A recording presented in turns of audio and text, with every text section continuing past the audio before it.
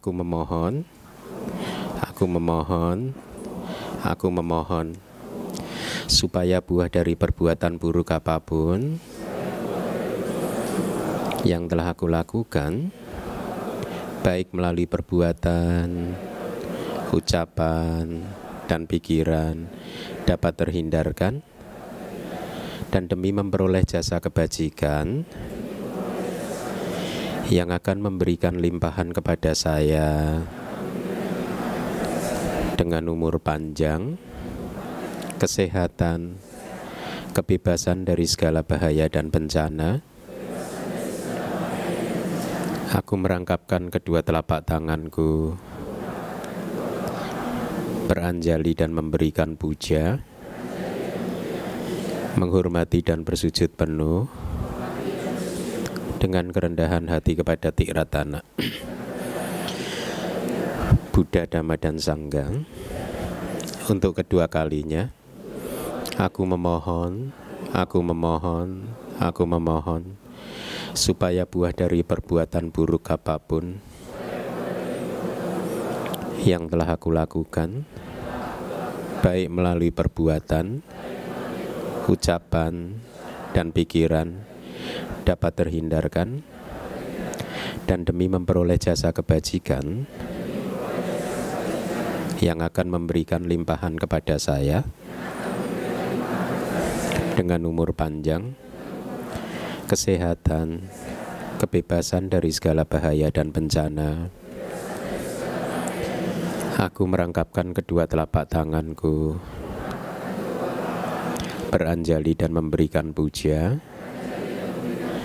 menghormati dan bersujud penuh dengan kerendahan hati kepada Tiratana, Buddha, Dhamma, dan Sangha. Untuk ketiga kalinya, aku memohon, aku memohon, aku memohon supaya buah dari perbuatan buruk apapun yang telah aku lakukan, baik melalui perbuatan, ucapan, dan pikiran, dapat terhindarkan, dan demi memperoleh jasa kebajikan yang akan memberikan limpahan kepada saya dengan umur panjang, kesehatan, kebebasan dari segala bahaya dan bencana. Aku merangkapkan kedua telapak tanganku, beranjali dan memberikan puja, menghormati dan bersujud penuh dengan kerendahan hati kepada Tiratana, Buddha, Dhamma, dan Sangha. Dan dengan perbuatan yang baik ini, melalui sujud yang luhur, semoga aku selalu terbebas dari 4 alam menyedihkan, 3 jenis malapetaka, 8 jenis keadaan yang tidak tepat, 5 jenis musuh, 4 jenis kemalangan, 5 jenis kehilangan, segala jenis penyakit, dan 62 pandangan salah, serta secepatnya mencapai jalan kebebasan, maka buah, pala, dan dhamma mulia, yaitu nibbana. Ahang bante tisaranena saha panca silang damang yacami anugahang katwa silang teta me bante dutiyampi ahang bante tisaranena saha panca silam damang yacami anugahang katwa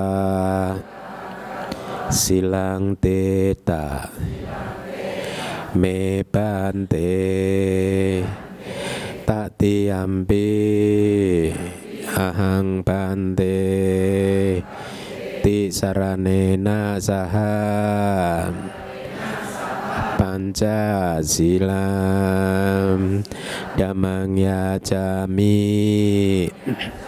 anugahang katwa silang teta me bante yamahang wadami tang wateta. Namo tassa bhagavato arahato sama sambuddhassa.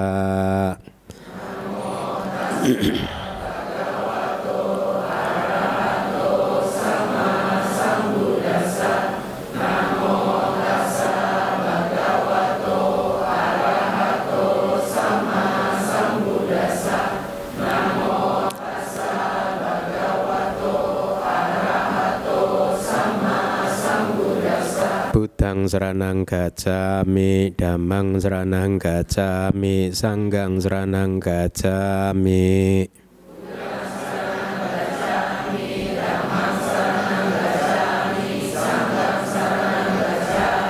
Dutiyampi buddhang saranang gacchami, dutiyampi dhammang saranang gacchami, dutiyampi sangghang saranang gacchami.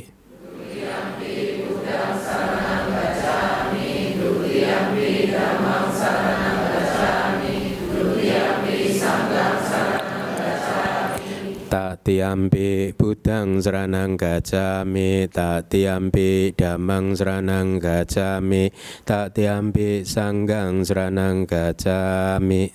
Tatiyampi buddhang saranang gacchami, tatiyampi dhammang saranang gacchami, tatiyampi sangghang saranang gacchami. Ti sarana ganang paripunnang Panatipata wera manisika padang samadhyami. Panatipata wera manisika padang samadhyami. Adina dana wera manisika padang samadhyami.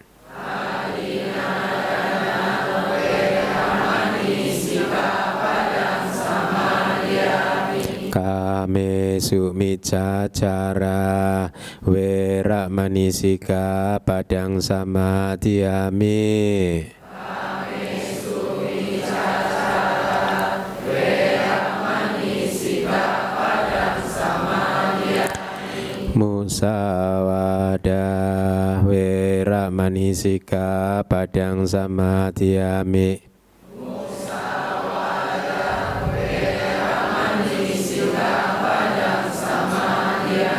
Surame raya maja pamadadhana wera manisika padang samadhyami. Surame raya maja pamadadhana wera manisika padang samadhyami. Idang me punyang asawakaya wahang hotu idang me silam nibanasa pacayo hotu ti sarana saha pancasila damang sadukang katua pamadena sampateta. Baik, selamat pagi semua para upasaka upasika. Semoga Anda semua dalam keadaan baik, sehat, ya. Kembali lagi kita bertemu setelah 1 minggu. Anda semua, kita semua disibukkan dengan urusan duniawi. Maka saat ini adalah saat yang tepat, saat yang bagus, ya. Di dalam 1 minggu kita sediakan waktu 2 jam untuk mendengarkan informasi-informasi tentang atau informasi-informasi yang perlu, yang kita perlukan dan bermanfaat untuk membangun kehidupan kita, ya. Saya sangat concern pada hal-hal yang memang bermanfaat kita perlukan untuk membangun satu kehidupan kita masing-masing, ya, sehingga kita bisa mempunyai kehidupan yang berkualitas. Dengan kata lain, kita menjadi manusia akhirnya tidak menyia-nyiakan kehidupan kita kali ini, ya, hanya untuk melakukan hal-hal yang tidak bermanfaat, ya. Banyak sekali manusia yang tidak memahami Dhamma. Dia sejak lahir sampai kemudian meninggal dunia hanya mengisi kehidupannya dengan aktivitas-aktivitas yang mereka terima begitu saja dari leluhurnya, bahwa kehidupan hanyalah lahir, sekolah, lulus, bekerja, menikah, punya anak, punya cucu, game over. Ya, tidak ada kegiatan yang lain, hanya rute itu yang banyak dilalui oleh manusia di muka bumi ini, sehingga kalau mereka tidak mempunyai orientasi yang benar, yang baik, maka mereka akan menghabiskan satu kehidupan tanpa pernah mengalami apa yang saya sering sebut sebagai satu pertumbuhan, perkembangan spiritual, di mana kualitas-kualitas spiritual kita meningkat. Karena sesungguhnya tujuan kehidupan adalah untuk menumbuhkan, untuk mengembangkan kualitas-kualitas spiritual kita. Apa sih kualitas-kualitas spiritual kita? Menumbuhkan dan mengembangkan meta, cinta kasih kita, ya. Kita yang mungkin kemarin belum mempunyai hati yang penuh cinta kasih, dengan latihan yang tekun, sedikit demi sedikit, pelan-pelan kita latih, akhirnya kita bisa menjadi seorang manusia yang hatinya penuh dengan cinta kasih. Cinta kasih karena hanya mengharapkan makhluk apapun, siapapun juga untuk berbahagia. Kita tidak ingin mengganggu kebahagiaan makhluk lain. Kita tidak ingin menghancurkan kebahagiaan makhluk lain. Dan kita bisa mengapresiasi apabila kita melihat atau mendengar ada makhluk yang sedang berbahagia. Nah, kualitas hati yang demikian ini bukanlah kualitas hati yang kita semua peroleh pada saat kita lahir di dunia ini. Tidak. Ini adalah kualitas yang harus kita latih, ya, harus kita latih, ya.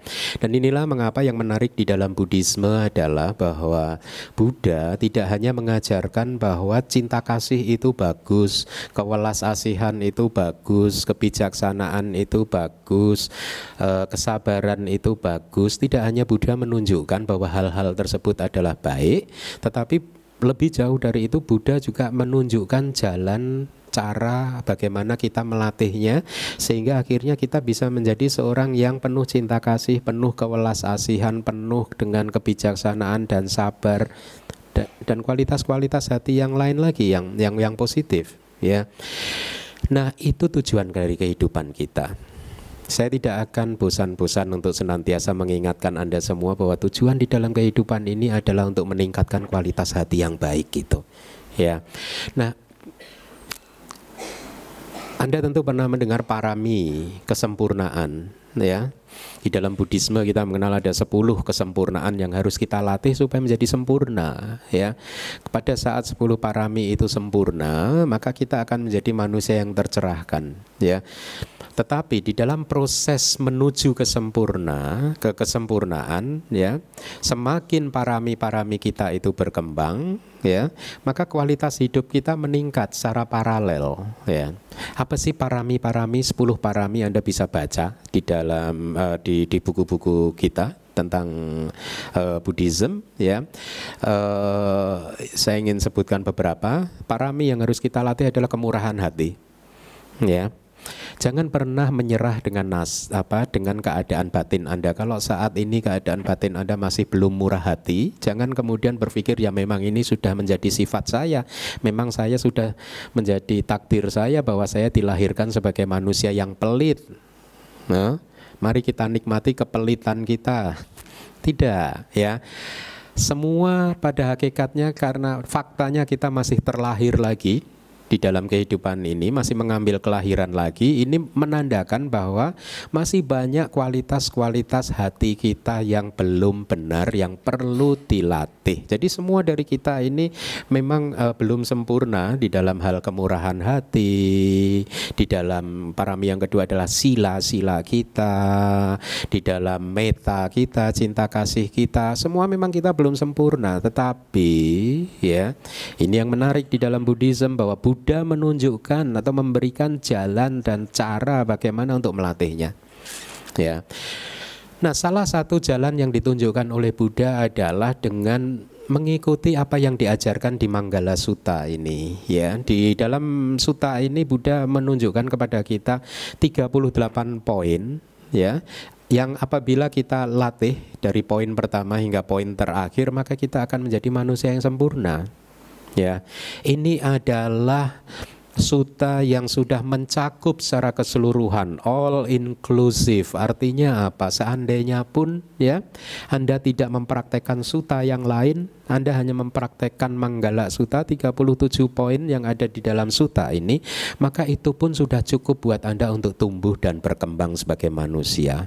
Kualitas kehidupan Anda pasti akan tumbuh dan berkembang. Ya, hati Anda akan menjadi subur, penuh cinta kasih, sabar dan lain sebagainya.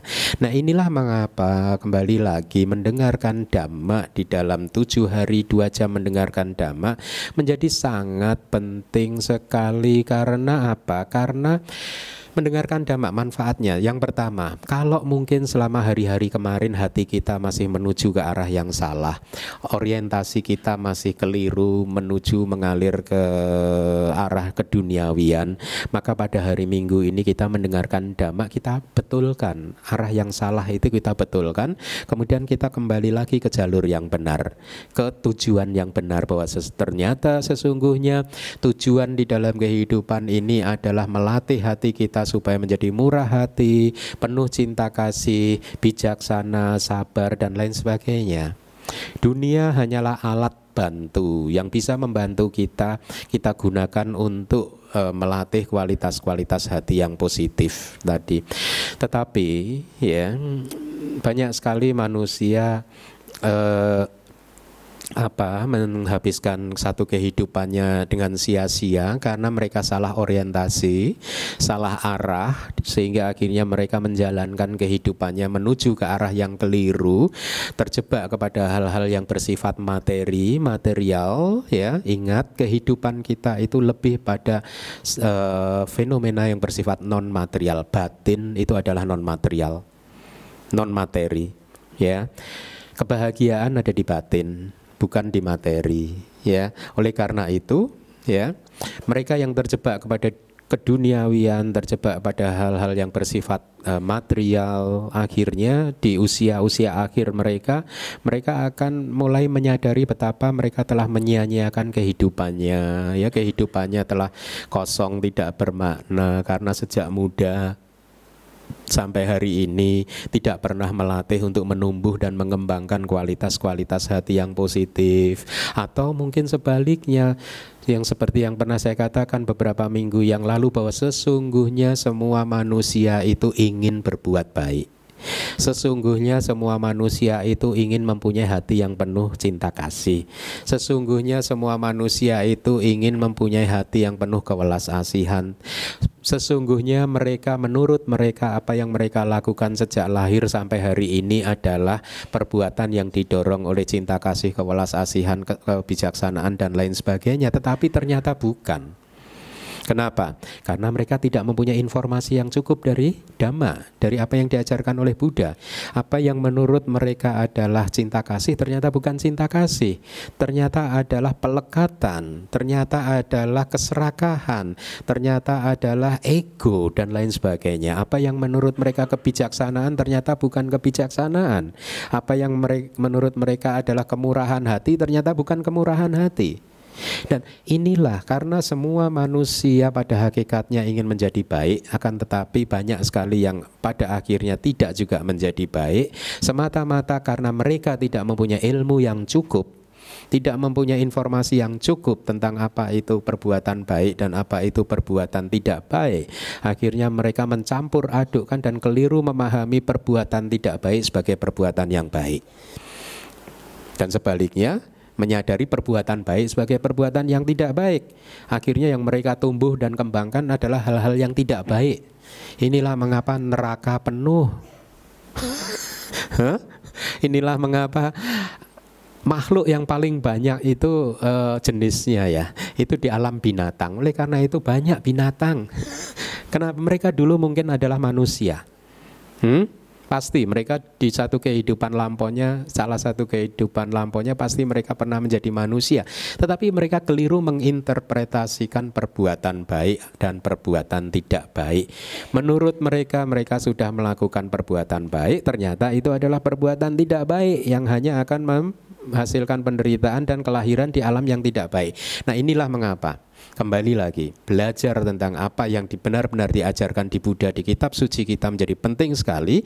Karena kitab suci ini berisi ajaran-ajaran yang menunjukkan data yang akurat tentang apa itu perbuatan baik dan apa itu perbuatan tidak baik, tentang apa yang harus dilakukan di dalam kehidupan ini dan apa yang tidak perlu kita lakukan di dalam kehidupan ini. Ini sangat penting sekali. Jadi Anda harus tahu di dalam kehidupan ini ada hal-hal yang harus Anda lakukan dan ada hal-hal yang tidak perlu Anda lakukan. Apa yang harus Anda lakukan? Ya, berusahalah berkumpul dengan orang yang bijaksana, menjauhilah bergaul dengan orang yang tidak bijaksana, menghormati mereka yang pantas untuk dihormati, tinggal di tempat yang strategis, telah melakukan banyak perbuatan baik, dan semuanya apa yang sudah kita pelajari di Sutta, di Manggala Sutta ini adalah hal-hal yang perlu kita lakukan. Oleh karena itu, Manggala Sutta saya berikan subjudul menjadi sebuah blessing atau pertanda baik yang harus kita ciptakan. Ya, harus kita ciptakan.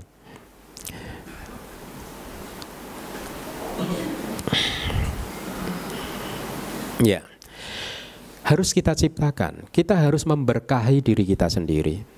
Jangan menunggu berkah dari makhluk lain, ya. Jangan meminta makhluk lain untuk berkahilah saya, berkahilah saya. No, Anda harus memberkahi diri Anda sendiri.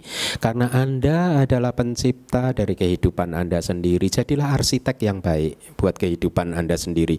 Nah, dunia sudah berkembang sedemikian pesatnya, ya. Bagus sekali kalau Anda suka melihat apa itu astronomi ya. Kalau saya itu suka melihat galaksi, alam semesta, itu saya suka gitu. Baru-baru ini saya melihat bagaimana manfaat atau kontribusi yang diberikan oleh teleskop Hubble, yang namanya Hubble. Ada kan di online itu banyak film-film tentang antariksa itu. Coba Anda, kalau Anda menyempatkan diri untuk melihat bahwa ternyata alam kita ini tanpa batas. Ya, alam semesta kita ini tanpa batas, ya. Jangan pernah berpikir bahwa angkasa ini batasnya di garis di warna biru di atas sana. Memang kelihatannya warnanya biru, tapi kalau Anda kejar itu nggak dapat itu warna birunya itu. Anda tidak akan pernah bisa sampai ke warna biru itu. Angkasa ini luar biasa luasnya, dan cocok dengan apa yang dikatakan di kitab-kitab kita bahwa angkasa ini memang tanpa batas gitu. Ya. Nah, di teleskop itu ada digambarkan satu penemuan dari teleskop tentang galaksi, beberapa galaksi gitu.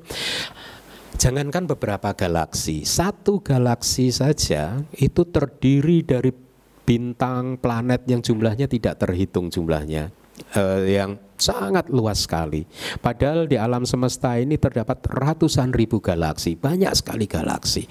Saya menyampaikan cerita ini kenapa? Karena saya selalu mendapatkan perspektif yang lebih luas tentang kehidupan pada saat saya melihat film-film dokumenter seperti itu.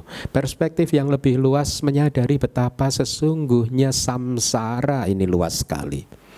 Kita bisa terlahir di satu alam, kemudian meninggalkan alam tersebut, dan kemudian terlahir lagi di alam yang lain. Atau mungkin kita nanti akan berpindah di katakanlah di galaksi yang lain. ya, menjadi makhluk di galaksi yang berbeda dengan galaksi yang kita tempati sekarang ini. Dengan menyadari bahwa samsara ini tanpa batas dan perjalanan di dalam samsara ini bisa panjang sekali, maka efek yang saya rasakan adalah bahwa saya tidak ingin menyia-nyiakan kehidupan ini. Saya ingin di dalam kehidupan ini bisa tumbuh dan berkembang, menyempurnakan parami-parami saya. Dan inilah yang saya juga ingin Anda mengalaminya, Anda melakukannya. Tumbuhlah di dalam kehidupan ini, berkembanglah di dalam kehidupan ini, tidak menghabiskan waktu banyak untuk tumbuh dan berkembang di dalam kehidupan ini. Paling tidak 1 minggu Anda dengarkan Dhamma Talk 2 jam, 3 jam, 4 jam, itu pun sudah akan membuat perspektif Anda melebar lagi, kemudian orientasi Anda akan menjadi benar lagi, ya. Nah, mari kita lanjutkan pelajaran kita.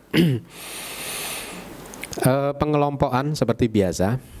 Saya harap Anda sudah meneliti pengelompokan bahwa 38 berkah tertinggi itu bisa kita kelompokkan sedemikian rupa, ya. Kita masuk ke berkah yang nomor 20, ya, yaitu mengendalikan diri dari minuman yang memabukkan. Mengendalikan diri artinya menjauhkan diri, tidak menyentuh, ya, tidak sedikit pun mencoba, ya. Kenapa? Saya akan sampaikan nanti ulasannya di bawah, ya. Jadi menghindari situasi apapun yang bisa menyebabkan kelalaian. Jadi di sini berkah yang nomor 20, mengendalikan diri dari minuman yang memabukkan, tidak hanya merujuk kepada minuman cairan saja, tetapi juga merujuk kepada di samping anggur, apapun yang memabukkan, baik itu yang melalui pil, ditelan, disuntikkan, dihisap, yang bisa memunculkan khayalan atau delusi.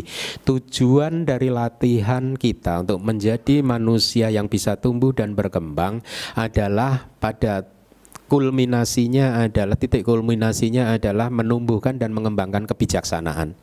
Khayalan, delusi, sesuatu yang menyebabkan kita kehilangan kewaspadaan adalah hal-hal yang kontraproduktif, berlawanan dengan kebijaksanaan. Oleh karena itu, jangan diganggu jalan untuk kebijaksanaan, untuk tumbuh dan berkembang dengan minum minuman yang memabukkan, pil atau apapun itu juga yang akan membuat kebijaksanaan Anda melemah, ya. Nah, saya akan sedikit menyampaikan beberapa informasi.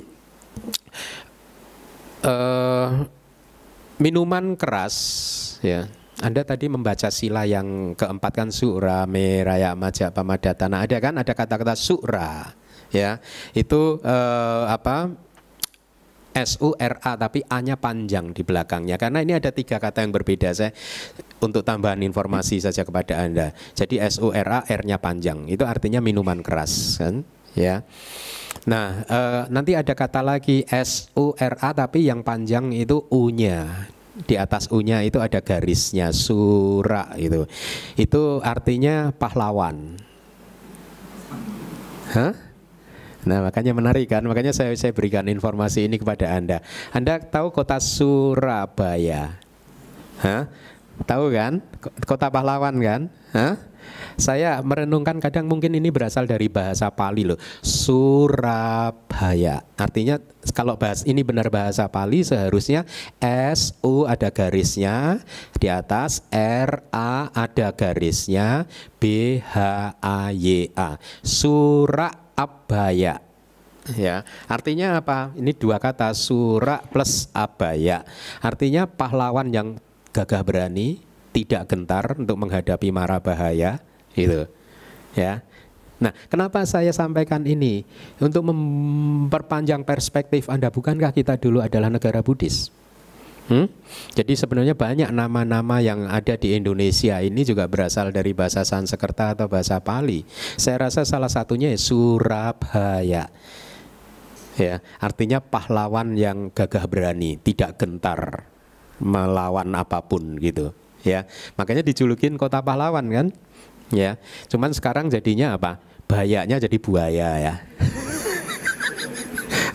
Karena orang sekarang, saya rasa arti yang sesungguhnya adalah Surabaya, S-U-R-A-B-H-A-Y-A, itu. Pahlawan yang gagah berani, yang tidak gentar, tidak mengenal rasa takut. Jadi itu ada variasi SURA yang belakangnya panjang, A-nya ada garisnya, itu artinya minuman yang memabukkan, ya, minuman keras gitu. Kalau SU ada garisnya sura, itu artinya apa tadi? Pahlawan. Ada lagi kalau sura, SURA biasa tanpa garis di atas huruf vokalnya, artinya apa itu? Dewa. Ya, nah saya sampaikan ini karena ini menarik sekali. Kata-kata tersebut ada sejarahnya juga di kitab-kitab komentar, ya. Anda tentu mengenal dewa, bukan dewa, makhluk di alam Asura. Asura itu alam rendah atau alam atas? Alam setan, alam jin, orang menyebutnya seperti itu, ya. Tapi pernahkah Anda mendengar cerita bahwa sesungguhnya mereka dulunya adalah dewa? Makanya dikatakan Asura. A itu berarti bekas, mantan, X. Dulunya dewa. A plus sura.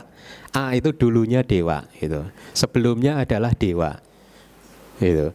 Nah, jadi di dalam kitab kita Asura ini, kalau dari salah satu kitab komentar, tadinya adalah dewa yang tinggal di alam di atas sana, di atas sana, yang kemudian belakangan hari kemudian berubah nama menjadi Surga Tawa Tingsa.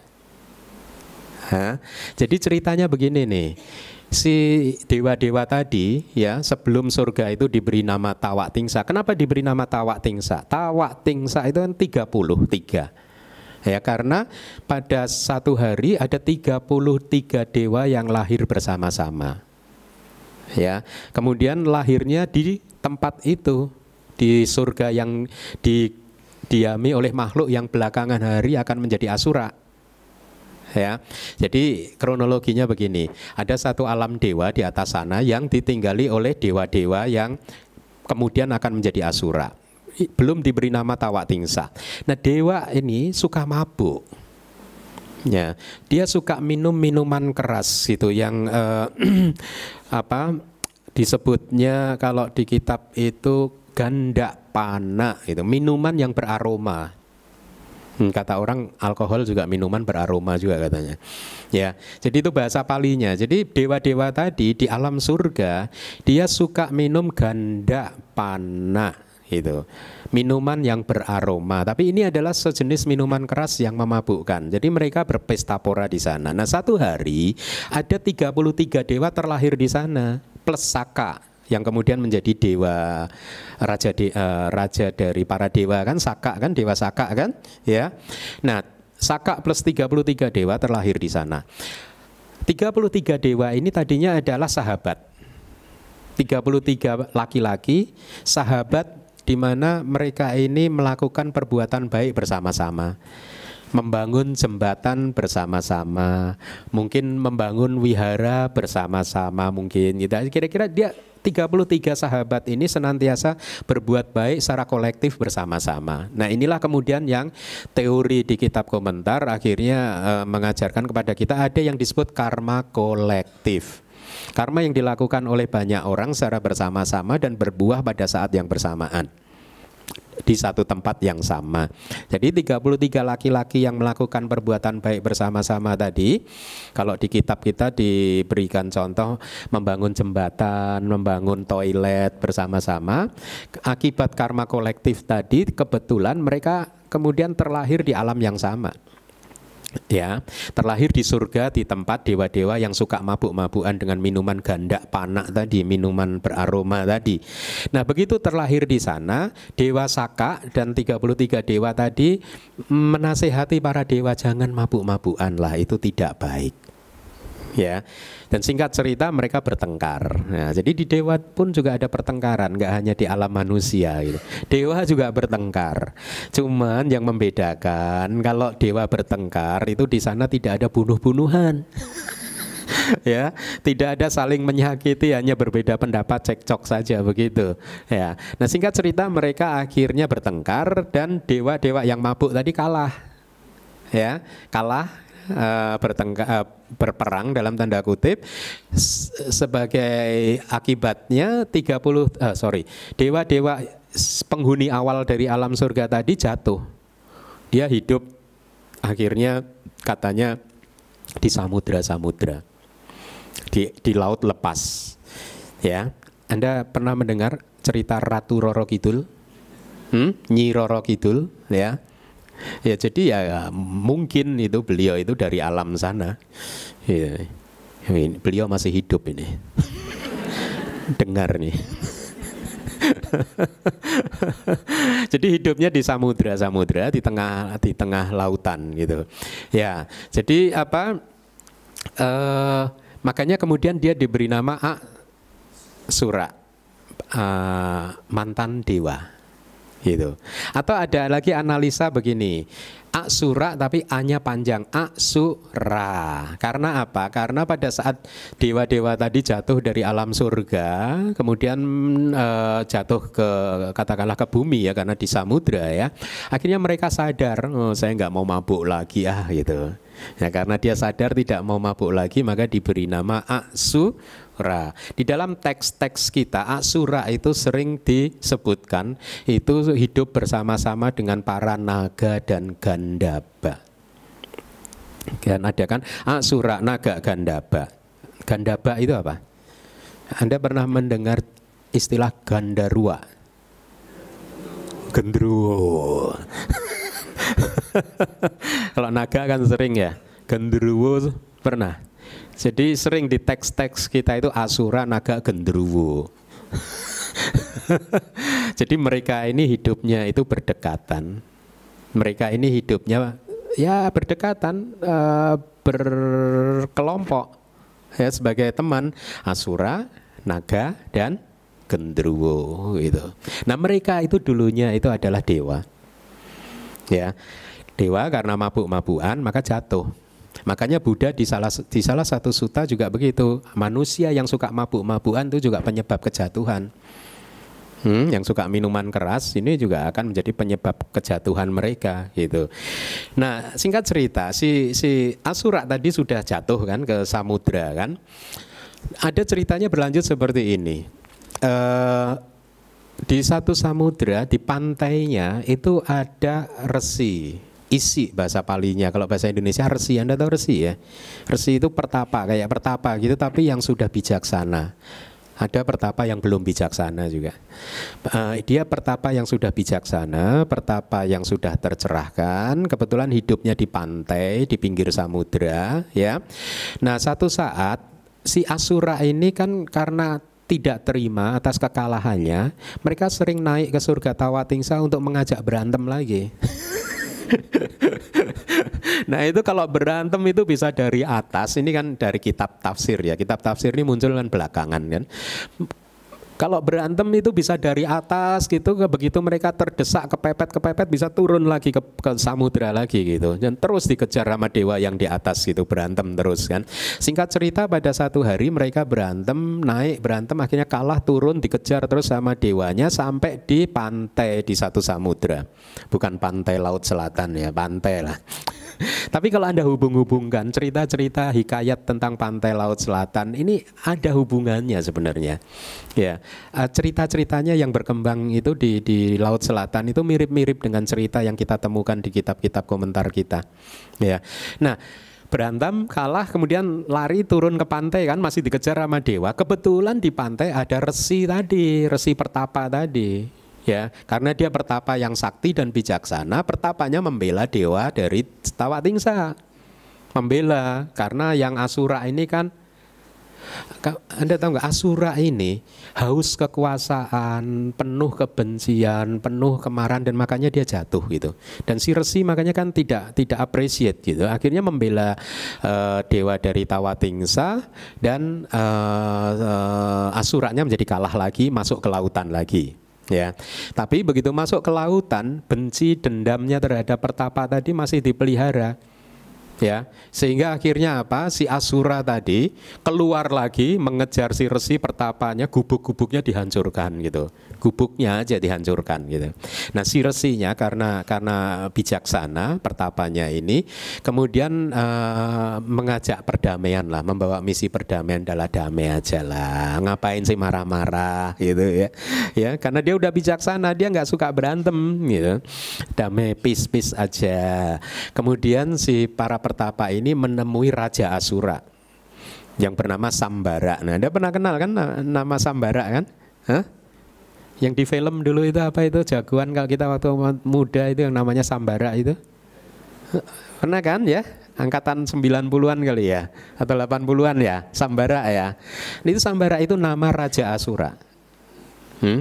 Raja Asura ditemui sama pertapa-pertapa tadi, tolonglah gubuk-gubuk saya jangan dihancurkan ya, berikanlah kedamaian kepada semua makhluk, jangan suka demo-demo begitu, jangan suka teriak-teriak begitu, nggak bagus, nanti ototnya itu loh kalau putus gimana gitu. Udah damai-damai aja lah, tolonglah itu anak buahnya dikasih tahu jangan suka demo gitu kan.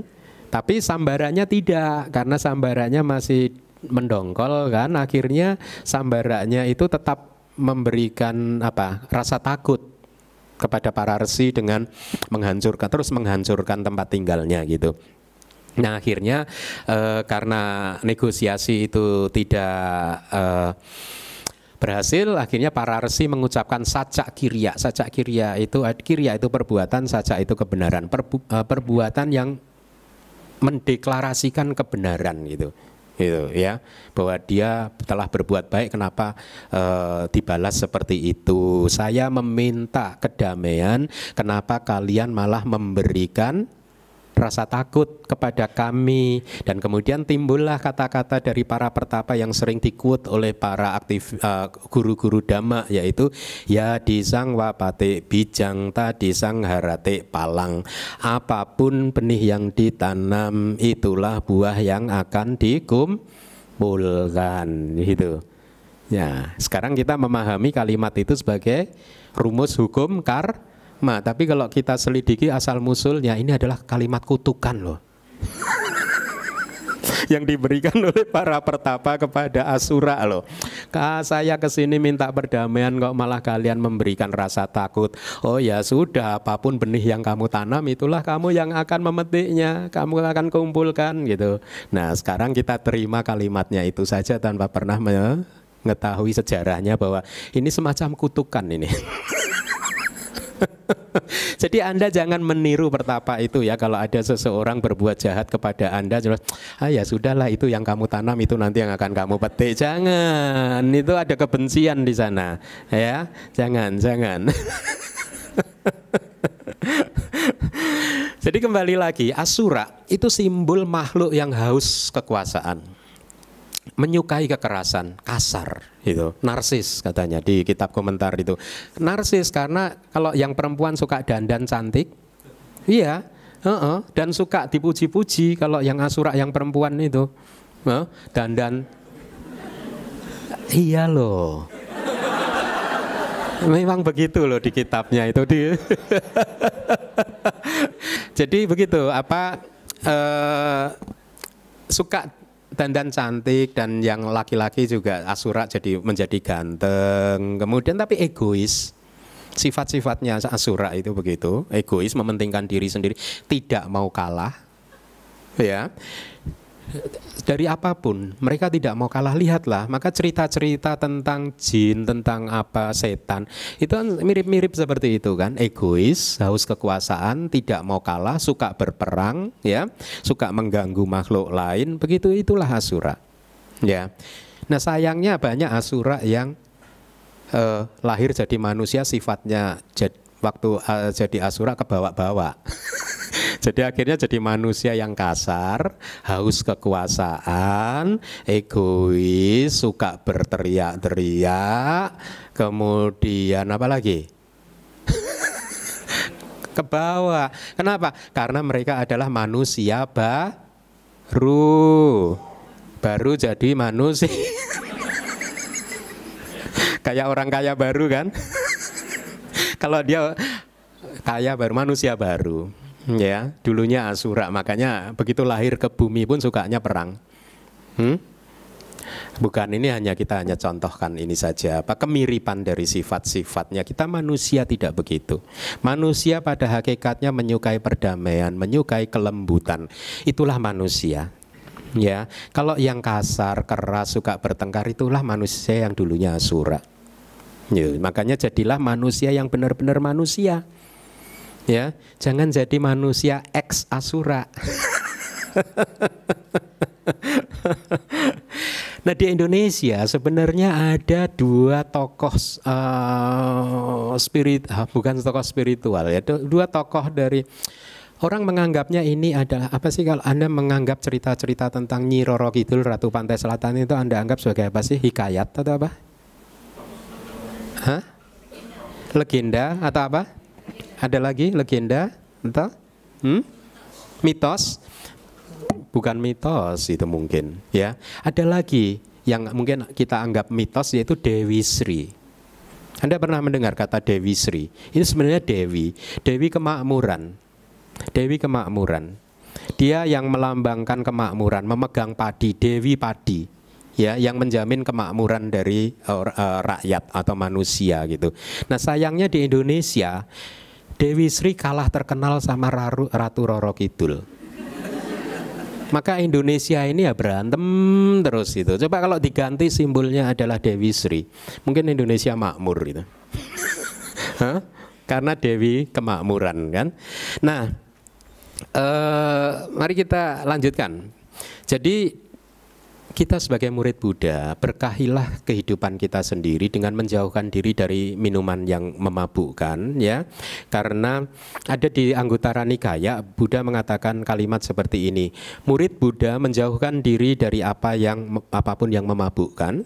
Dengan demikian, dengan menjauhkan diri dari apapun yang memabukkan, maka dia memberikan kebebasan buat makhluk lain, bebas dari mara bahaya. Ya, Anda bayangkan mereka yang mabuk itu hanya membuat khawatir orang-orang di sekitarnya. Betul tidak? Ya, siapapun yang dekat-dekat dengan orang mabuk, dia akan dicekam oleh ketakutan. Betul tidak? Kalau kita sudah bisa menjauhkan diri dari mabuk seperti itu, minum minuman keras hingga mabuk, maka kita juga memberikan kebebasan, rasa aman, tentram, bebas dari permusuhan, bebas dari tekanan, penyiksaan kepada banyak makhluk. Sehingga akhirnya apa? Kita akan mendapatkan efek kembalinya, bahwa kita pun nanti juga akan mempunyai kualitas kehidupan yang bebas dari mara bahaya, bebas dari permusuhan, bebas dari tekanan, dan bebas dari penyiksaan yang dilakukan oleh makhluk lain kepada kita. Ya, nah inilah berkah yang harus kita ciptakan, menjauhkan diri dari minuman yang memabukkan. Karena marilah kita renungkan, ya, seseorang yang mabuk, mungkin Anda tidak pernah mabuk, tetapi Anda mungkin pernah melihat orang yang mabuk. Lihatlah apa yang mereka lakukan. Bukankah mereka hanya memberikan kekhawatiran kepada mereka yang ada di dekatnya, ya? Bukankah mereka hanya akan menambah beban keluarganya? Jangan pernah berpikir, ada saja manusia yang berpikir seperti ini. Toh saya mabuk pakai duit saya sendiri. Mabuk juga mabuk sendiri. Saya nggak mengganggu orang lain. Apa salahnya? No, jangan pernah berpikir seperti itu. Kalau seseorang mabuk, akan selalu saja ada orang yang sedih dengan kondisi dia. Siapa itu? Mungkin suaminya, mungkin istrinya, mungkin anak-anaknya, mungkin orang tuanya. Akan selalu ada orang yang sedih melihat keadaannya. Orang-orang yang mencintai dia akan sedih melihat keadaan dia gitu. Oleh karena itu, demi menjaga orang lain supaya orang lain tidak sedih gara-gara perbuatan kita, maka kita pun juga harus bisa bertindak yang memberikan rasa aman kepada mereka. Ya, memberikan kenyamanan kepada mereka. Dan efeknya apa? Seperti benih yang kita tanam, maka itulah buah nanti yang akan juga kita petik. Karena memang hukum karma bekerjanya seperti itu. Apa yang kita lakukan, itulah yang sesungguhnya kita terima. Kalau kita benar-benar menganalisa hukum yang bekerja di dalam kehidupan ini, kenapa? Dari 300-400 manusia yang ada di ruangan ini mempunyai kualitas kehidupan yang berbeda-beda. Kenapa? Apakah karena dunia memberikan kehidupan kepada Anda berbeda-beda? Tidak.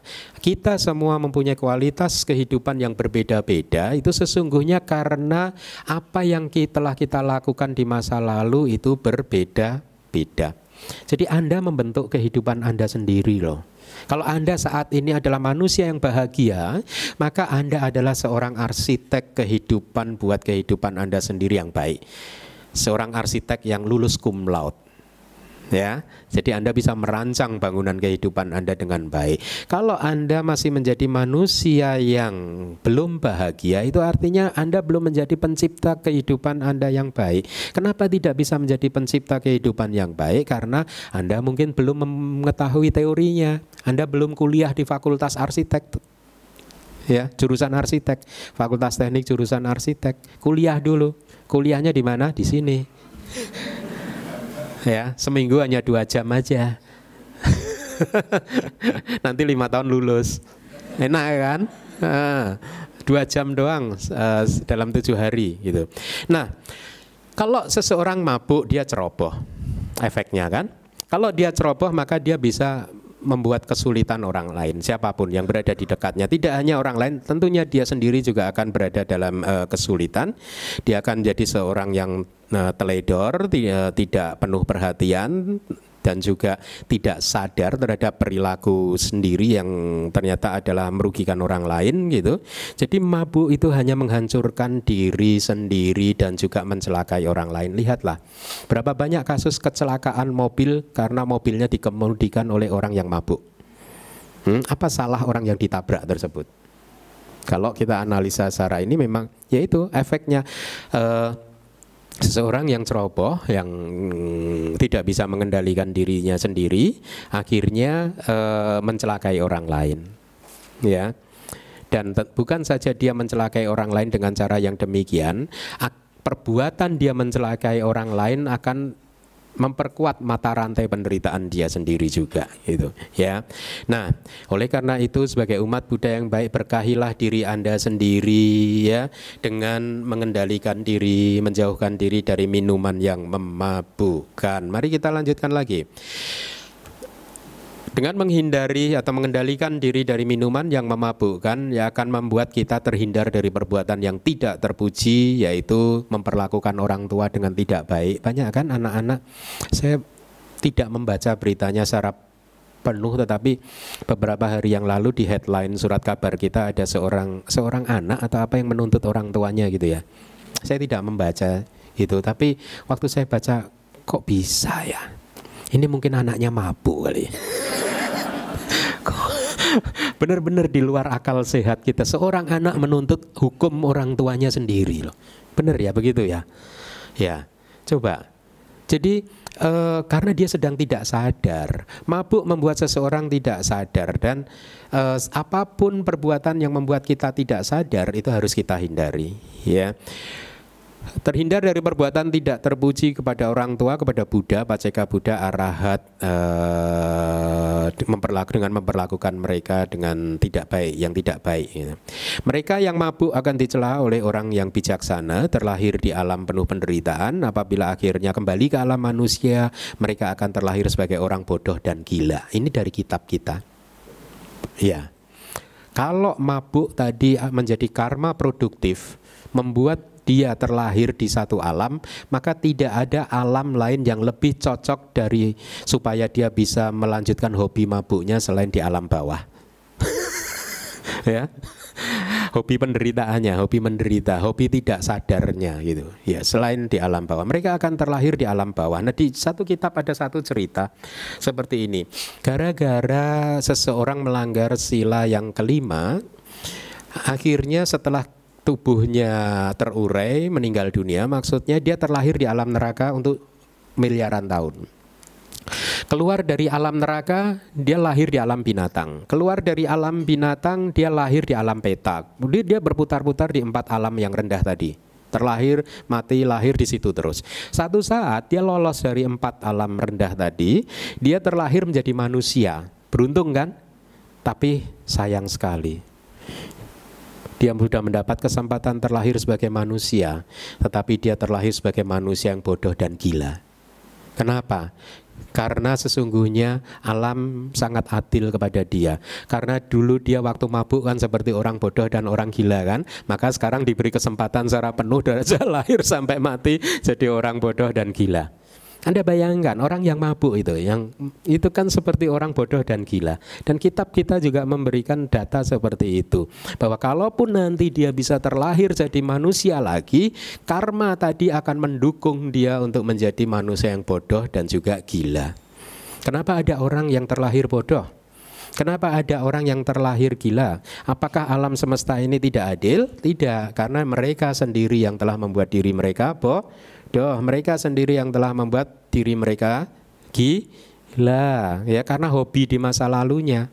Ya, oleh karena itu jauhkanlah, apapun jauhkanlah. Kita sungguh beruntung terlahir di atau hidup di negara tropis, ya. Sehingga tidak ada lagi alasan seperti orang barat sana. Kita kalau di sini kalau nggak minum alkohol nggak bisa hidup, Bante. Dingin di sini, Bante. Ini kan untuk angetin badan, Bante. Kita nggak punya alasan pembenaran itu kan, ya. Jadi mudah harusnya buat umat Buddha di negara timur ini untuk membebaskan diri, menjauhkan diri dari minuman yang memabukkan. Kenapa? Menghindari diri dari minuman apapun itu yang memabukkan itu juga menjadi sila yang kelima. Kalau Anda cermati 5 sila Anda yang Anda latih, 4 sila yang pertama itu ada interaksi antara Anda dan makhluk lain. Sila yang pertama itu menjaga interaksi Anda dengan makhluk lain supaya tidak ada kekerasan, pembunuhan dan lain sebagainya. Sila yang kedua juga begitu, tidak mengambil benda milik orang lain. Sila yang ketiga itu juga begitu, menghormati pasangan Anda, jangan berzina, hormatilah pasangan Anda. Pernikahan adalah komitmen suci yang harus dijaga bersama, ya. Kemudian sila keempat berbohong juga melibatkan orang lain kan. Tapi sila kelima sesungguhnya bisa tanpa harus melibatkan orang lain. Seperti orang yang biasanya berargumen begitu, kan mabuk-mabuk sendiri, duit-duitnya sendiri. Saya kerja juga ini kan duit untuk saya happy-happy sendiri, nggak mengganggu kok kalau saya mabuk kok gitu. Lalu tapi kenapa Buddha tetap saja mencantumkannya sebagai sila kelima yang harus kita latih untuk menjauhkan dan menghindari dari kegiatan-kegiatan yang memabukkan? Kenapa?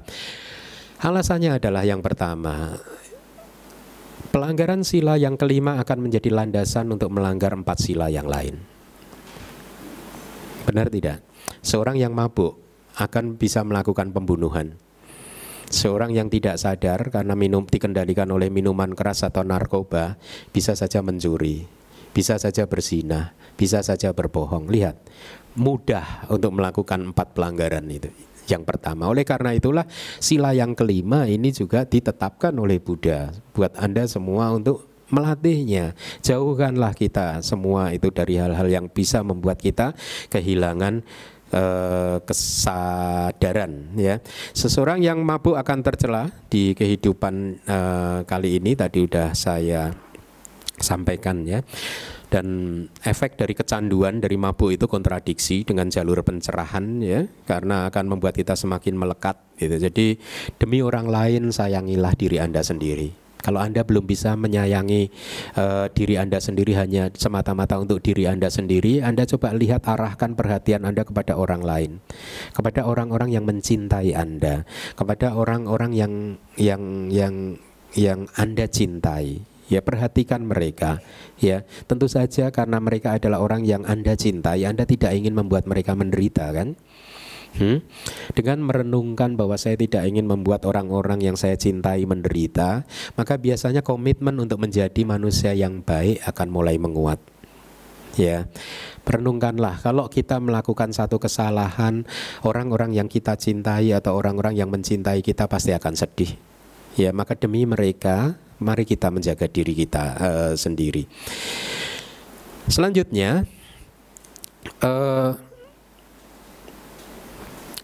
ini harusnya mereka yang melaksanakan berkah yang ke-20 bukan ke-19, ya, akan terbebas dari keadaan tidak baik seperti yang kita sebutkan di atas. Yang nomor 21 adalah ketekunan di dalam Dhamma. Nah, ini penting sekali. Ya, saya suka menguraikan ini. Kenapa? Karena di Indonesia ada saja guru-guru yang mengatakan bahwa agama Buddha adalah agama praktek. Jadi bukan agama belajar. Ya, tidak perlu belajar, langsung praktek saja. Ya, sering saya mengupas kalimat-kalimat yang menyesatkan seperti ini. Kenapa? Setiap kali saya mendengar kalimat-kalimat seperti itu, timbul rasa belas kasih saya kepada umat yang karena tidak paham, ya, karena kurang informasi, akhirnya mempercayai kalimat-kalimat seperti itu. Akhirnya tidak mau belajar dan langsung berlatih saja. Belajar apakah harus kuliah seperti saya dulu di luar negeri seperti itu? Enggak. Buat Anda cukup dalam 1 minggu 2 jam seperti ini Anda mendengarkan teorinya. Sudah lebih dari cukup untuk memberikan informasi kepada Anda tentang arah yang benar, tentang apa yang perlu kita lakukan dan apa yang tidak harus kita lakukan. Ya, jadi ketekunan di dalam Dhamma itu penting sekali dan ini adalah berkah yang harus Anda ciptakan. Anda harus bertekad bahwa Anda harus tekun. Ya, ketekunan di dalam Dhamma itu mencakup 2 hal, tekun di dalam berlatih dan juga tekun di dalam belajar dan juga tekun di dalam berlatih meditasi. Ya, jadi Anda juga harus tekun berlatih meditasi, tidak hanya belajar. Kalau belajar cukup di dalam 1 minggu 2 jam seperti kali ini, tetapi untuk berlatih meditasi, latihlah setiap hari setelah bangun tidur. Anda latih 1 jam 2 jam setiap hari, jadikan kebiasaan. Ya, kita ini umat Buddha, mentang-mentang Buddha tidak mewajibkan Anda untuk berdoa tiap hari lalu apapun enggak dilakukan. Enak ya jadi umat agama Buddha ya, tidak ada kewajiban berdoa tiap hari lalu enggak ngapa-ngapain Anda itu siapa kun, enggak ngapa-ngapain. Ya meskipun Buddha tidak mewajibkan ritual apapun, bikinlah dalam tanda kutip semacam ritual pribadi. Anda bangun tidur Anda meditasi. Dibangun kebiasaan itu dari 10 menit, 15 menit sampai kemudian Anda meningkat kemampuan meditasi Anda, gitu ya. Anda harus bertekad dan juga mengeluarkan daya upaya untuk tumbuh dan berkembang. Jangan menerima nasib. Karena Buddhism tidak percaya pada nasib. Buddhism itu nasib bisa dirubah setiap saat. Tidak ada nasib yang sudah ditentukan sejak kita lahir dulu, tidak ada. Nasib setiap detik, setiap saat bisa kita rubah. Bisa. Contoh, merubah nasib. Anda sekarang kan duduk di tempat duduk Anda, ya. Nasib Anda kemana setelah ini? Siapa yang menentukan nasib Anda setelah duduk ini? Mau belok kanan, belok kiri, lurus ke saya, ke belakang, melihat sana, siapa yang menentukan? Kira-kira begitu. Nasib Anda sendiri yang menentukan. Jangan pasrah pada nasib. Pada suatu hari. Cerita ini adalah cerita tentang 3 ikan. Ikan yang pertama disebut ikan wirya, ikan usaha. Ikan yang kedua disebut ikan kama, ikan karma. Ikan yang ketiga disebut ikan panya, kebijaksanaan. 3 ikan ini hidup di danau yang cerah, danau yang jernih, ya. Mereka adalah sahabat selama sejak kecil sampai hari itu. Hidup bersama, berenang ke sini, berenang ke sana bersama-sama.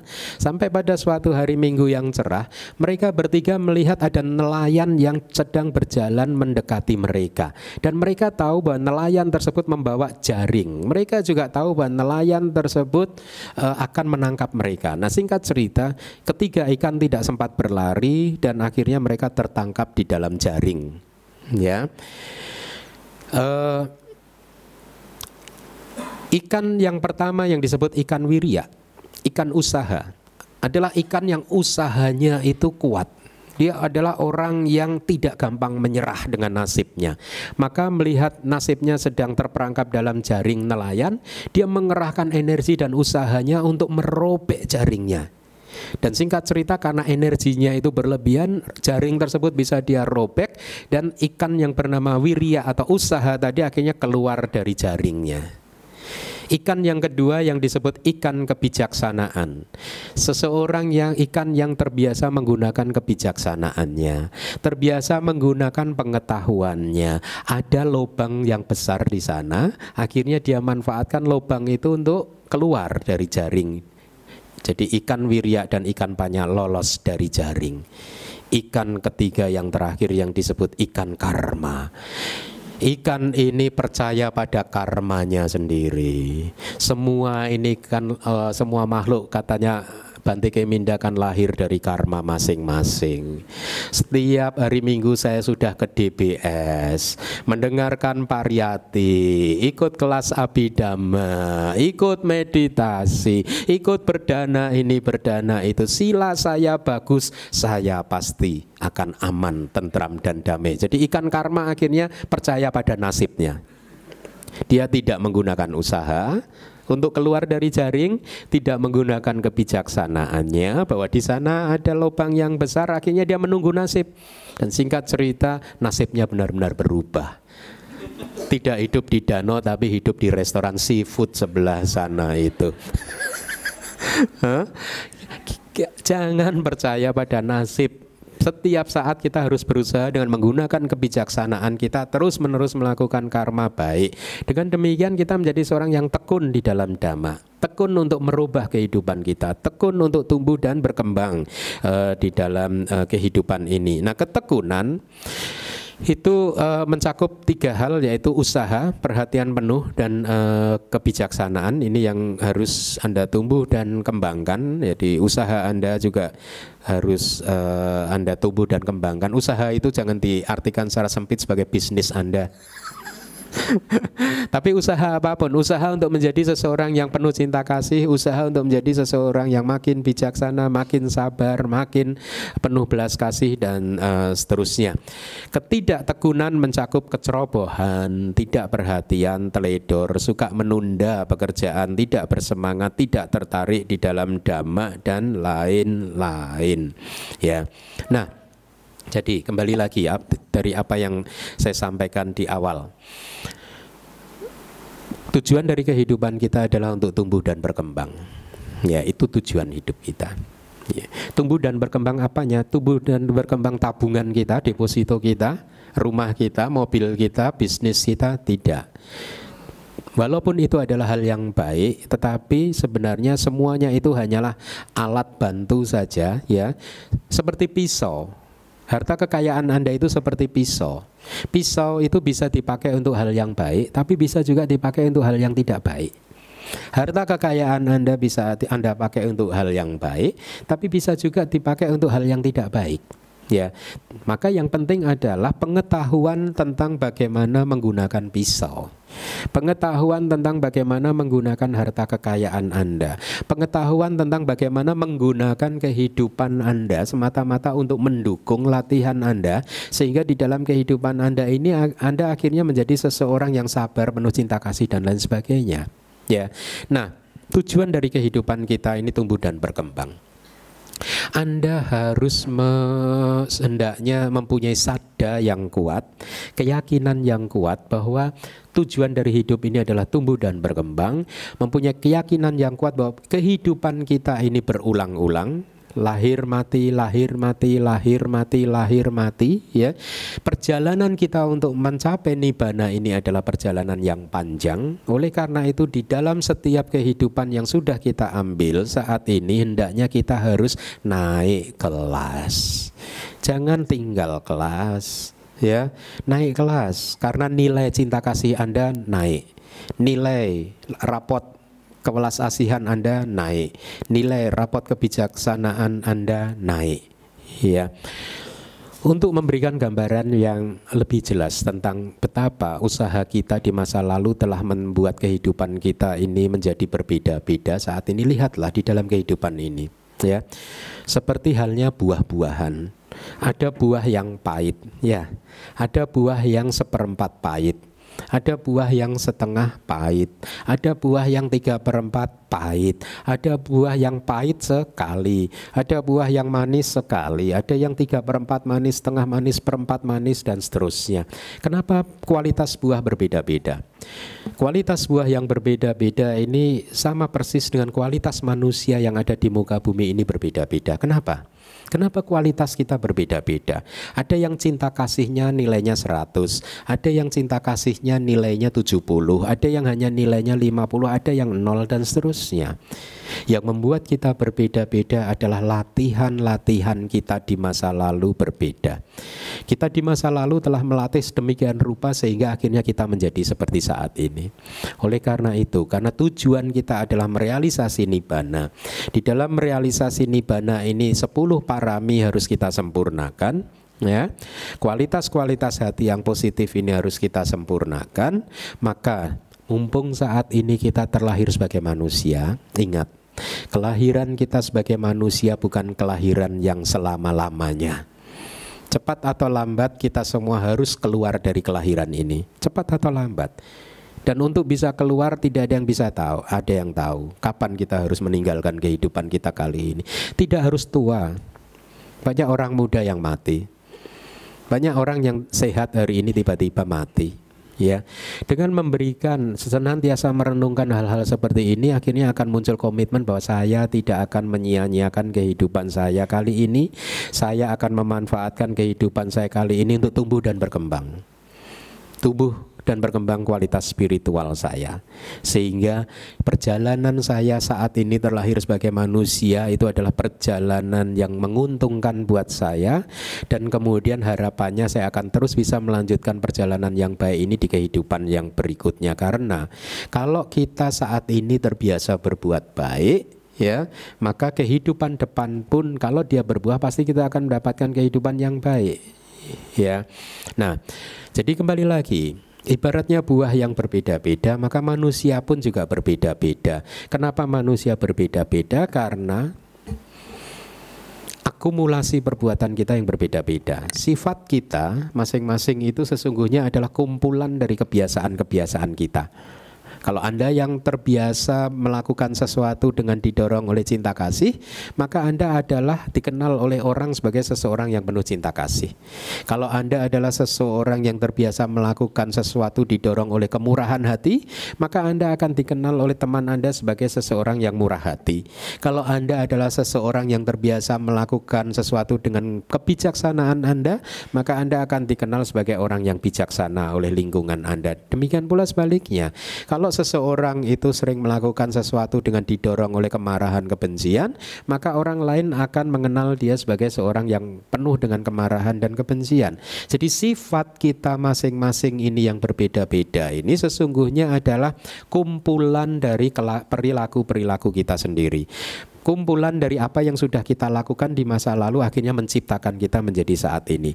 Ada seseorang yang penuh cinta kasih, penuh belas kasih, sabar, dan lain sebagainya. Nah, pesan saya, mumpung saat ini kita terlahir sebagai manusia, jangan sia-siakan kehidupan ini. Ya, marilah kita tumbuh dan berkembang bersama-sama. Marilah kita melatih cinta kasih kita secara bersama-sama, tumbuh bersama-sama. Marilah kita latih kualitas-kualitas hati yang positif bersama-sama, sehingga akhirnya di dalam kehidupan kita kali ini sebagai manusia, kita pun menjadi satu makhluk yang kelasnya naik, levelnya naik setingkat. Dengan demikian tujuan akhir kita merealisasi nibbana akan menjadi semakin dekat. Ya, terima kasih.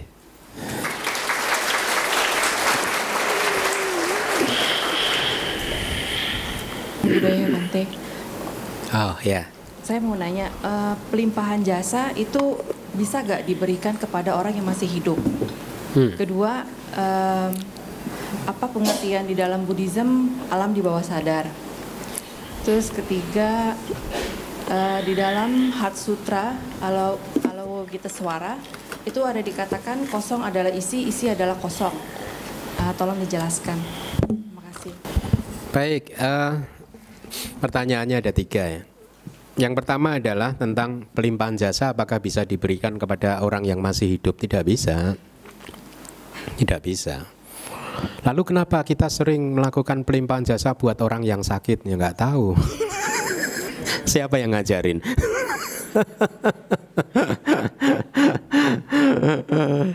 Begini, kalau saya mengatakan demikian itu dalam konteks yang sesungguhnya. Pelimpahan jasa itu adalah aktivitas yang akan bisa memberikan dampak yang sedemikian hebatnya sehingga makhluk yang menerima pelimpahan jasa ini bisa segera keluar dari penderitaannya. Itu pelimpahan jasa.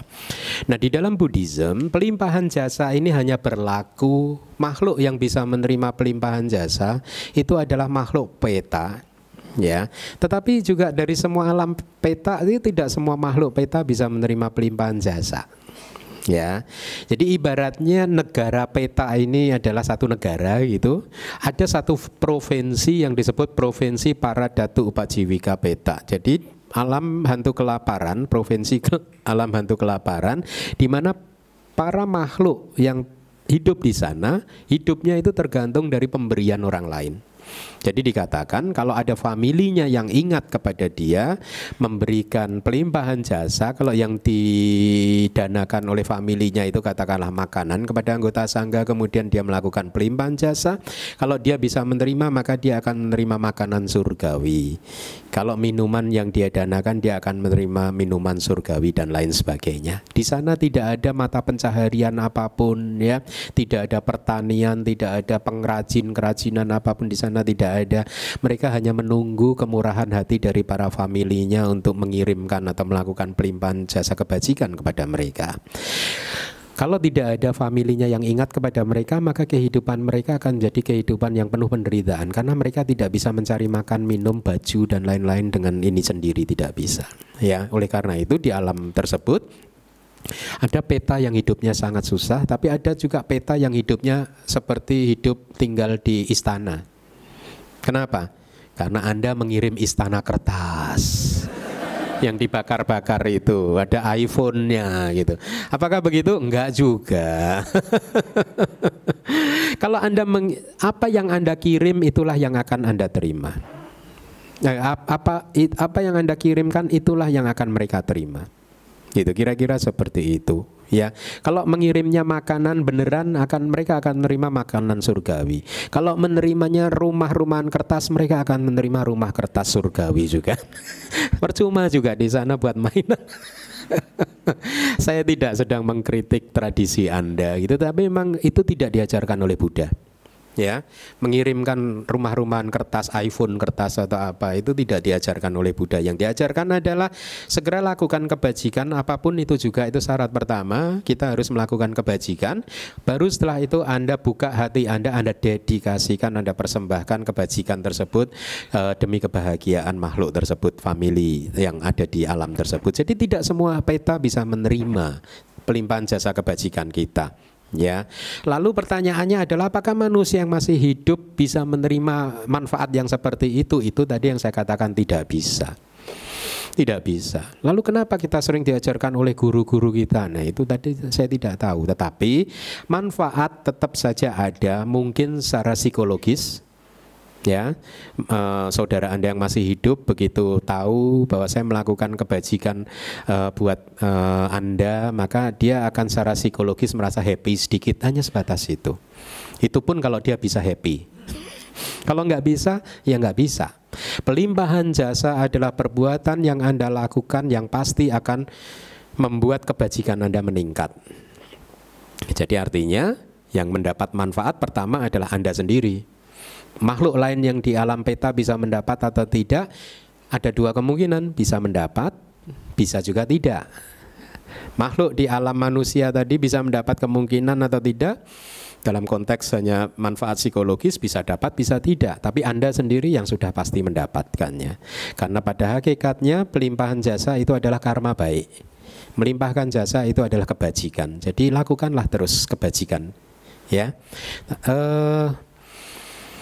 Tetapi kalau Anda melakukannya begini, ya, Anda ajak katakanlah orang tua Anda ajak bersama-sama ketemu dengan anggota sangga, orang tua Anda tidak paham, kemudian Anda menuntun beliau, papa, mama, mari melakukan kebajikan gitu. Ini kebajikan ini kita lakukan untuk papa dan mama.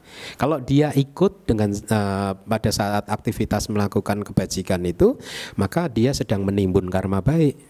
Dia sedang menimbun satu perbuatan baik, kebajikan buat dia. Kalau Anda melakukannya dengan cara seperti itu bagus. Tapi kalau papa mama Anda tinggal di Sumatera, Anda di sini, Anda berdana, terus ditulis di kata-kata gitu atas ini untuk papa mama saya, strictly speaking nggak bisa. Nggak bisa. Ya, itu yang pertama. Yang kedua tentang alam bawah sadar menurut Buddhism. Buddhism tidak ada ajaran alam bawah sadar. Ya, tidak ada. Coba Anda elaborasi apa yang Anda maksud dengan alam bawah sadar? Kayak trauma masa lalu yang mungkin bisa dibawa ke kehidupan demi kehidupan. Oh ya, iya itu bukan alam bawah sadar. Ya, itu yang saya katakan tadi, sifat kita itu adalah kumpulan dari apa yang pernah kita lakukan di masa lalu. Kejadian yang di masa lalu telah kejadian yang telah terjadi di masa lalu telah membuat kita menjadi kita saat ini, ya.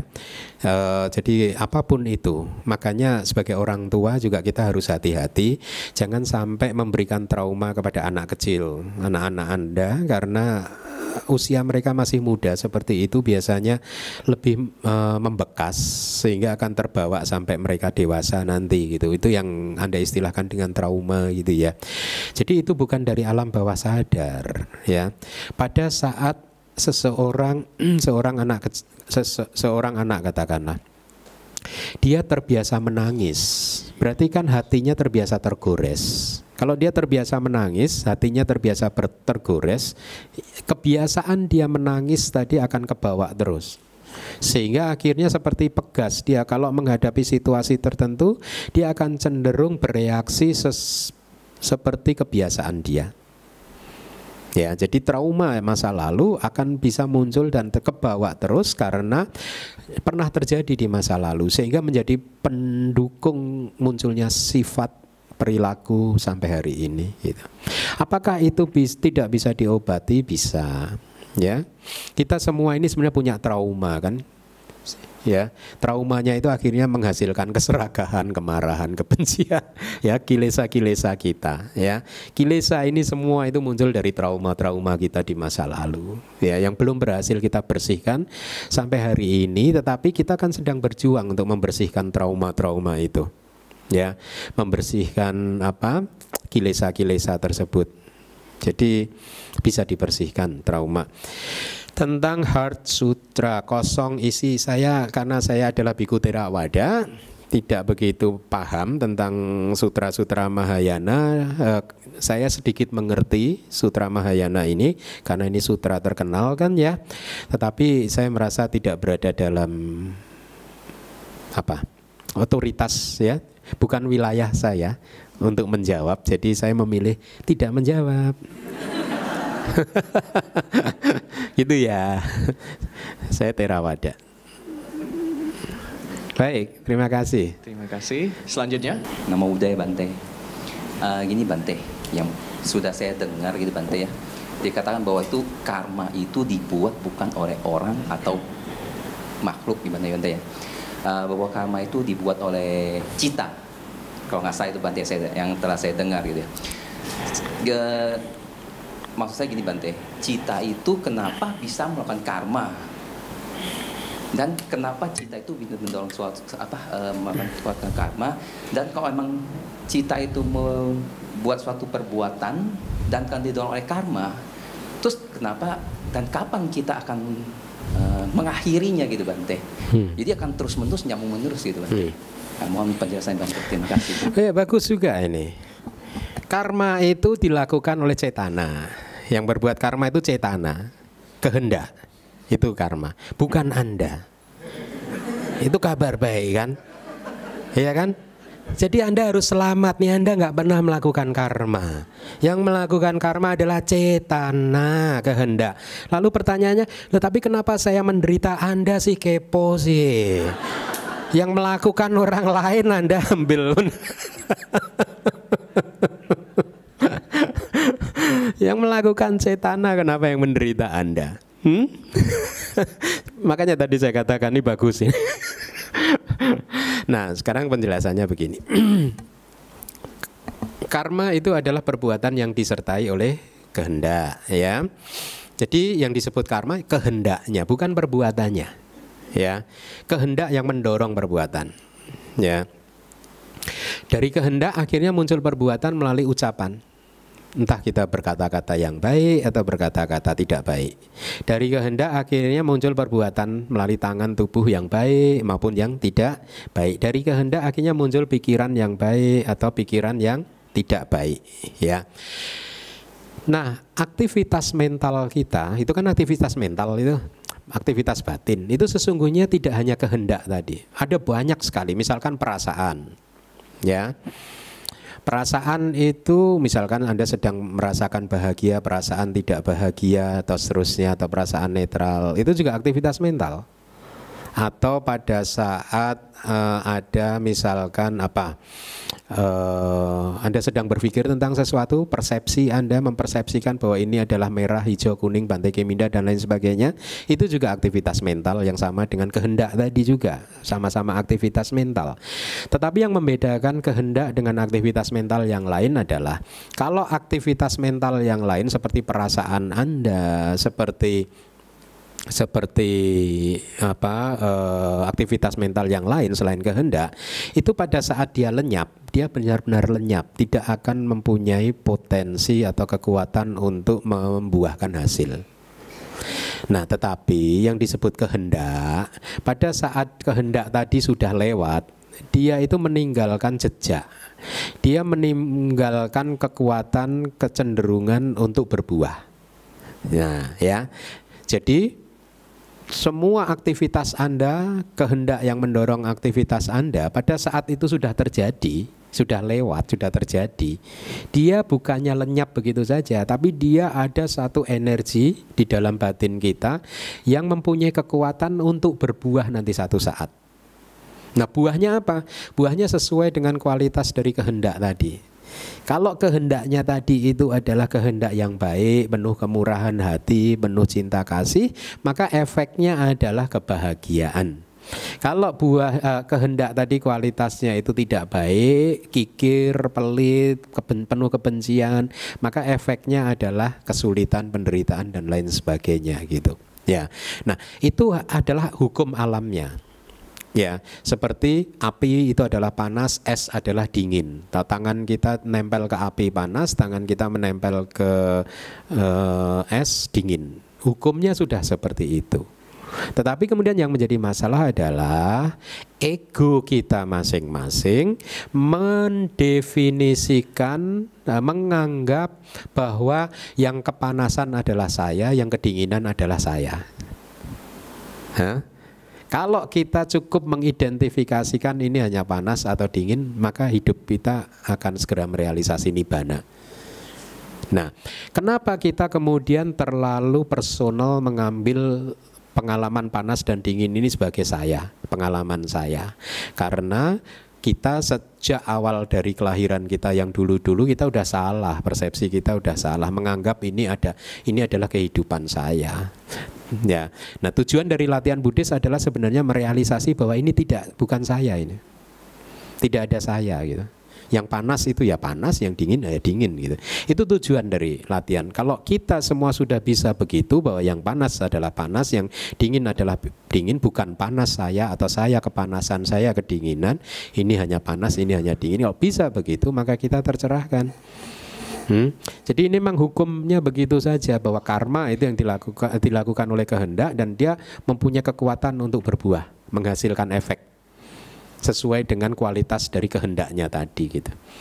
Nah, sebenarnya kalau kita pelan-pelan bisa mengeliminasi identifikasi tadi bahwa ini bukan saya, ini bukan milik saya, maka kehidupan akan nyaman.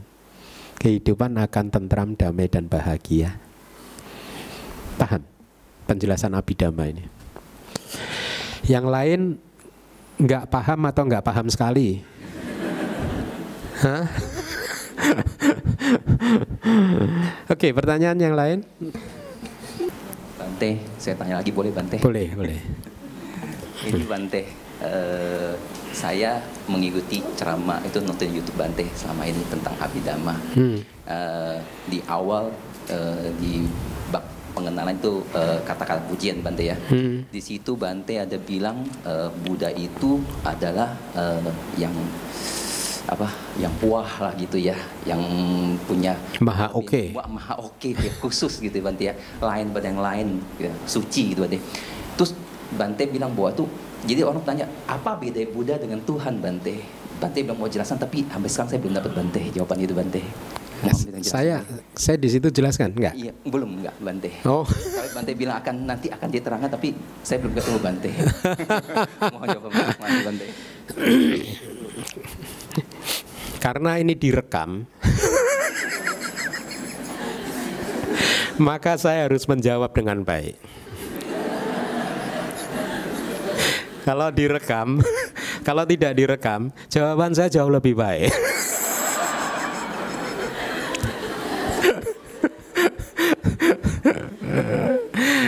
Ya, karena ini direkam, jawaban saya cukup baik saja ya. Ya. Tujuan kita hidup adalah tumbuh dan berkembang. Oke, seperti yang tadi saya uraikan. Tumbuh dan berkembang kualitas positif kita. Dengan kata lain, kalau kualitas positif kita itu tumbuh dan berkembang, berarti emosi-emosi negatif akan hancur. Kilesa, kotoran batin akan hancur. Keserakahan akan hancur.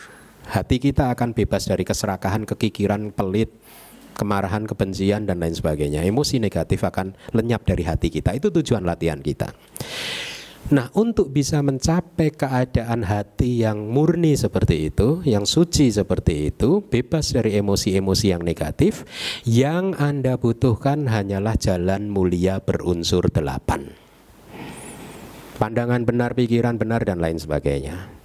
Dan dari jalan mulia berunsur 8, tidak ada satupun yang mengatakan Tuhan benar, Tuhan salah. Jadi karena tujuan kita hanyalah bisa dicapai dengan jalan mulia berunsur 8, maka fokuslah pada jalan mulia berunsur 8. Sesuatu yang tidak ada di jalan mulia berunsur 8, itu artinya tidak penting.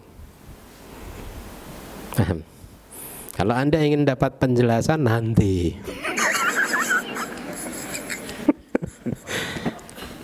Kenapa? Hah? Offline.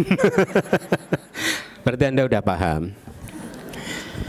Jadi fokuslah pada jalan mulia berunsur 8 atau sila samadhipanya. Ya, cukup. Hal-hal yang lain tidak perlu. Ya nanti kan nggak asik Bante, kan saya pengen tahu jawaban dulu baru saya akan jadi umat Buddha Bante. Nah ini jawabannya, jawaban Buddha seperti ini, anak muda. Ini ibaratnya Anda terkena anak panah beracun. Ya jangan Anda deh, orang lain. Terkena anak panah beracun, ya. Anak panah beracun ini tepat mengena jantung dia. Dia harus segera ditolong. Kalau enggak ditolong, racunnya akan menjalar masuk ke jantung, mati dia. Ya. Orang-orang sekeliling dia mau menolong dia, saudara-saudaranya mau menolong dia, tetapi dia bersikukuh, jangan dicabut dulu, jangan. Loh kenapa enggak boleh? Enggak, saya ingin tahu dulu ini panah tadi siapa yang menembakkan. Saya ingin tahu dulu siapa yang menciptakan panah ini. Saya ingin tahu yang menembak tadi dari langit atau dari bumi. Saya ingin tahu tadi ini dari bahan apa. Saya ingin tahu ini kastanya apa, dan seterusnya dan seterusnya. Sebelum dia mendapatkan jawaban tadi semuanya, mati dulu dia. Udah mati dulu. Tujuan kita saat ini adalah membersihkan, mencabut anak panah. Kita saat ini semua terkena oleh anak panah beracun.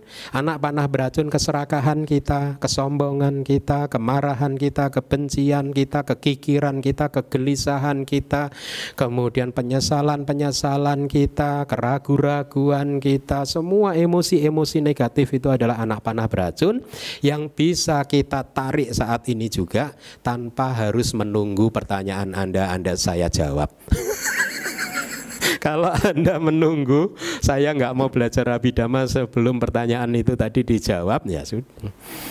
Itu Anda kayak tadi kena panah tadi, mau ditolong kok nggak mau. Saya ingin tahu ini dari siapa yang menciptakan tadi. Jadi pertanyaan itu sesungguhnya tidak perlu dijawab. Kenapa? Karena tidak ada hubungannya dengan jalur pencerahan. Betul tidak? Yang makhluk tadi dijawab atau tidak nggak penting. Dia berada di luar jalur pencerahan. Gitu ya. Oke, paham ya? Bante. Terima kasih Bante.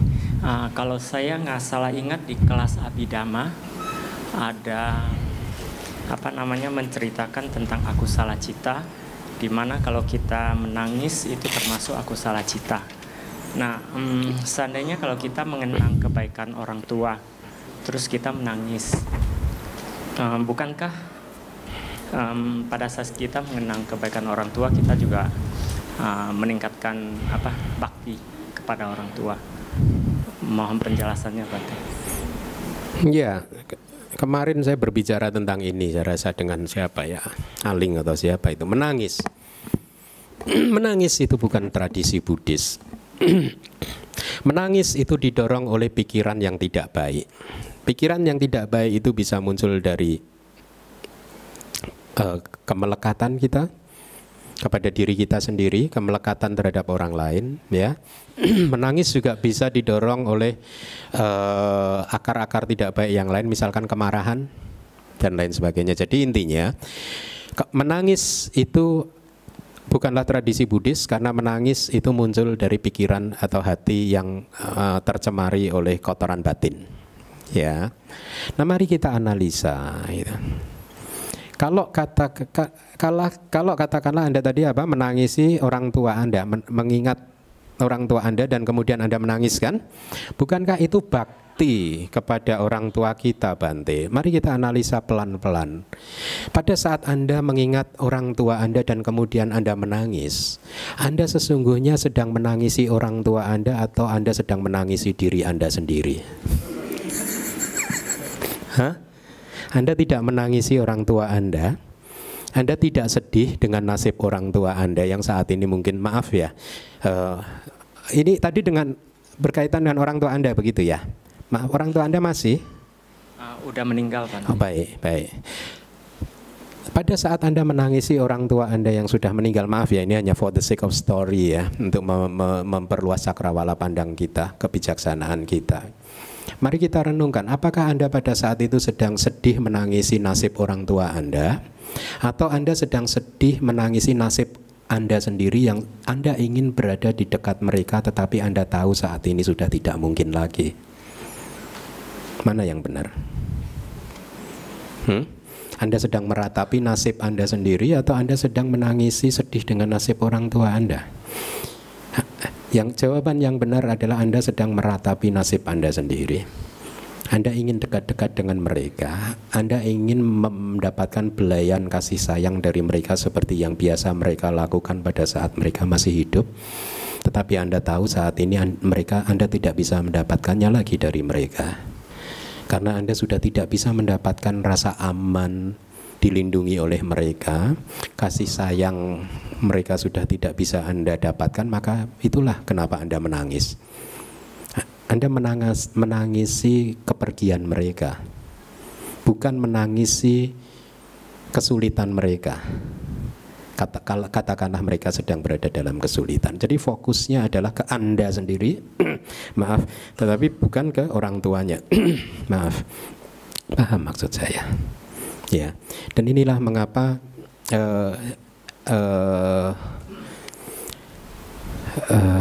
saya selalu kata ini lupa. Kalau ada satu contoh yang baik, teladan. Satu teladan di dalam kitab suci kita adalah pada saat Buddha parinibbana. Semua murid yang arahat tidak menangis, hanya yang Arya Ananda yang menangis. Kenapa? Karena yang Arya Ananda masih punya kilesa. Yang arahat tidak bisa menangis lagi karena tidak ada kilesa. Jadi artinya menangis hanya bisa dilakukan oleh kilesa, oleh kotoran batin. Ya, yang Arya Ananda melekati kepada Buddha. Dia ingin terus Buddha hidup ya. Tetapi sekarang Buddha sudah tidak bisa lagi. Dia sudah tidak bisa lagi mendapatkan rasa aman berdiri di samping Buddha, makanya dia menangis. Jadi dia bukan menangis karena Buddha sudah parinibbana. Lihat, seharusnya Ananda yang tahu Dharma, dia harusnya tersenyum simpul, bahagia, damai bahwa Buddha sudah parinibbana kan? Karena Buddha sudah aman tentram kan? Sudah terbebas dari penderitaan. Tetapi kenapa Ananda menangis? Karena dia menangisi nasibnya sendiri, menangisi dirinya sendiri, sudah tidak bisa lagi mendapatkan nasihat dari Buddha, bimbingan dari Buddha, keteduhan dari Buddha, keteduhan hati dari Buddha, kasih sayang dari Buddha. Dia tidak bisa dapatkan itu semua, dan itulah mengapa dia kemudian menangis. Ya, jadi kembali lagi juga, siapapun juga yang menangisi orang tua kita atau siapapun orang yang kita kasihi yang telah meninggal dunia, itu sesungguhnya tangisan tersebut muncul dari kilesa, bukan dari kebijaksanaan. Ya, kalau kita kembali renungkan, apa manfaatnya menangis? Apakah dengan menangis lalu mereka bisa kembali? Kita semua tahu tidak bisa. Lalu apa coba kita pertanyakan, manfaatnya menangis apa? Manfaatnya adalah biar orang tahu bahwa kita perhatian pada orang. Bener nggak sih? Akhirnya kan jadi ritual kan kalau di rumah duka gitu ya. Rumah duka pada saat ini ada mau tutup peti misalkan gitu.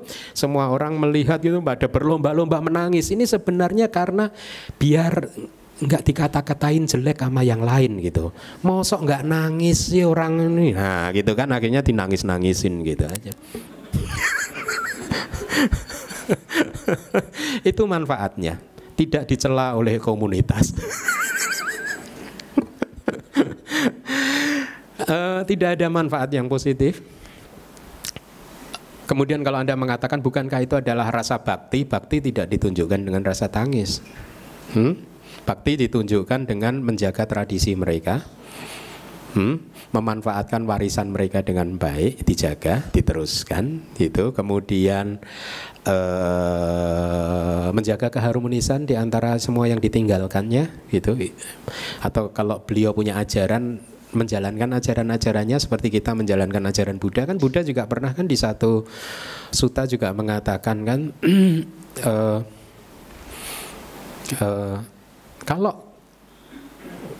Kalau kalian menghormati saya, maka hormatilah dengan cara kira-kira gitu ya, menjalankan apa yang sudah saya ajarkan. Itu cara menghormati.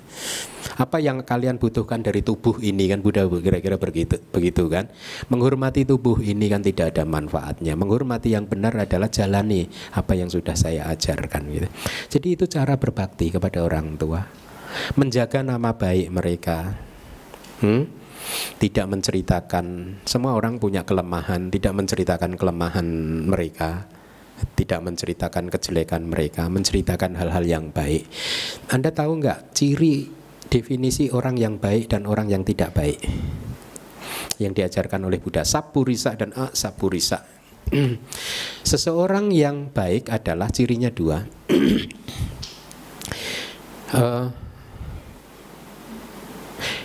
Dia tidak pernah menceritakan kebaikan dirinya sendiri, orang yang baik. Kalau didesak untuk bercerita, ya maka dia hanya menceritakan kebaikannya itu sedikit sekali. Kebalikannya dua lagi, dia tidak pernah menceritakan keburukan orang lain.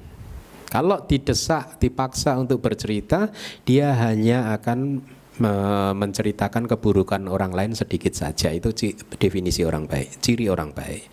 Ciri orang yang tidak baik kebalikannya, dia senang menceritakan dirinya sendiri, apalagi diminta. Nggak diminta aja dia senang, dia akan cerita. Apalagi nggak diminta, dia tambah bersemangat bercerita. Dua yang lain ya, walaupun tidak ada yang minta, dia akan bercerita tentang kejelekan orang lain.